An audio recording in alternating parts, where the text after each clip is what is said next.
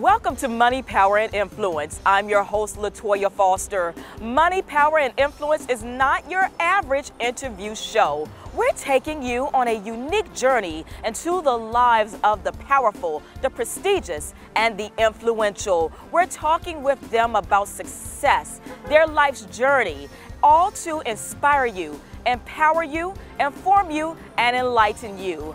We recently got up close and personal with Mr. 999 himself. You got it, the former Republican presidential candidate, Herman Cain. And you're going to be surprised to learn his thoughts about success. Do we all have the same opportunities? And his journey from becoming Mr. 999 to being not only poor, but po.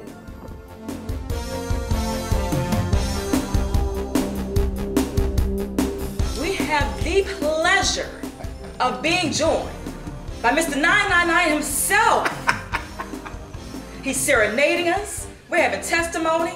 We are having a beautiful time in this room today with Mr. Herman Cain. Mr. Cain, how are you? LaToya, I am magnificent, and so are you. Thank you so much. Thanks for having me here. We are delighted. First and foremost, we're family. This is a family affair. How's your family doing? My family's doing great. That's great. My wife, for almost 44 years, she's doing great. I talked to her yesterday, and things are going great, and she's going to be taking care of 2 of the grandkids today. And so, wonderful. She's thrilled. We've got 4 grandkids. The family's doing great.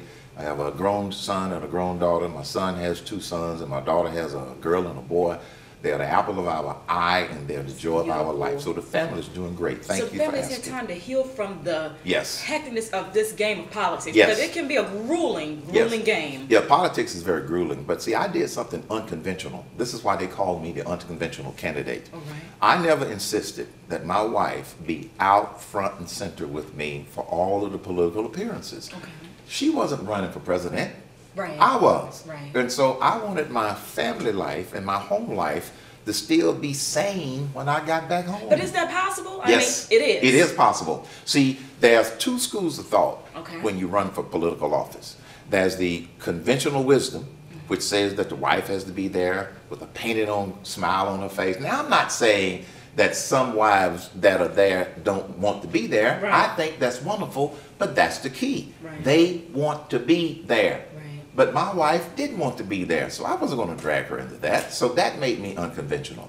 The other thing that made me unconventional as a candidate running for president was the fact that I had never held elective office. That's the truth. But why did you want to do it? I have to ask every candidate that ever sits in my seat, why did you want that job?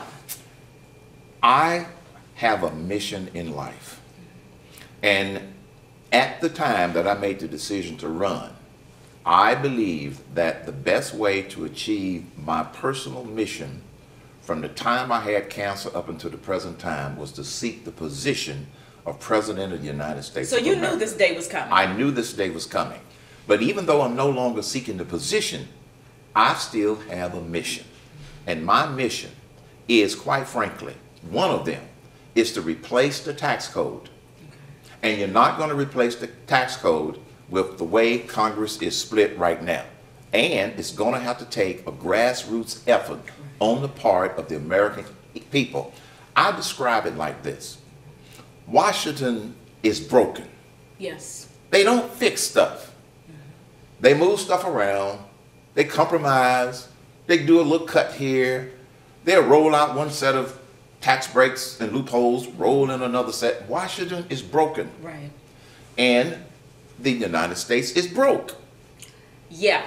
Now, how do we fix that? But they're in denial. And so my point is that the American people are going to have to demand solutions, which is why I started my solutions revolution that people can find at hermancain.com. Government Goliath. It has become a big Goliath. That's an interesting way to refer to it. And here's the only way we're going to bring down Goliath, with an army of Davids. Wow, I like that. That's what I am trying to create. But how, now we know the story of David and Goliath. Yes. How do, for lack of better words, the little people out here fight the big people out here? Though we know, now we do know this, we know we have the power. Yes. We know we elect these candidates to office. We know we employ them.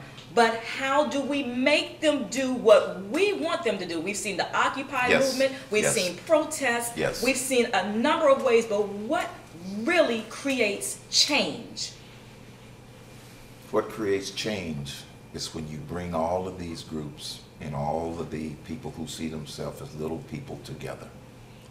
You know, David had 5 smooth stones in his bag before he went up against Goliath. He took him out with 1. So take all of the organizations out here who are as frustrated as we are, and you bring them together. This is a new revolution. Not bombs and bullets, brains and balance. So the way we make that difference is to bring these groups together. If I bring my hands together like this, and I hit this table, I could almost break this table if I hit it like this. But if I tried to hit this table with my fingers spread apart, it'll have no impact. The people have to come together. Put aside party, put aside label. Is that possible? Yes. Put aside party, put aside label. Now, how about putting aside personal interest? Personal interest. Now, Mr. Cain. Now, let's be honest. Yes. In this game of politics, can any of these candidates put their personal interest to the side? They might not, but the people can make them do that. How? I put aside my personal interest. You know, someone made the comment earlier in an earlier interview.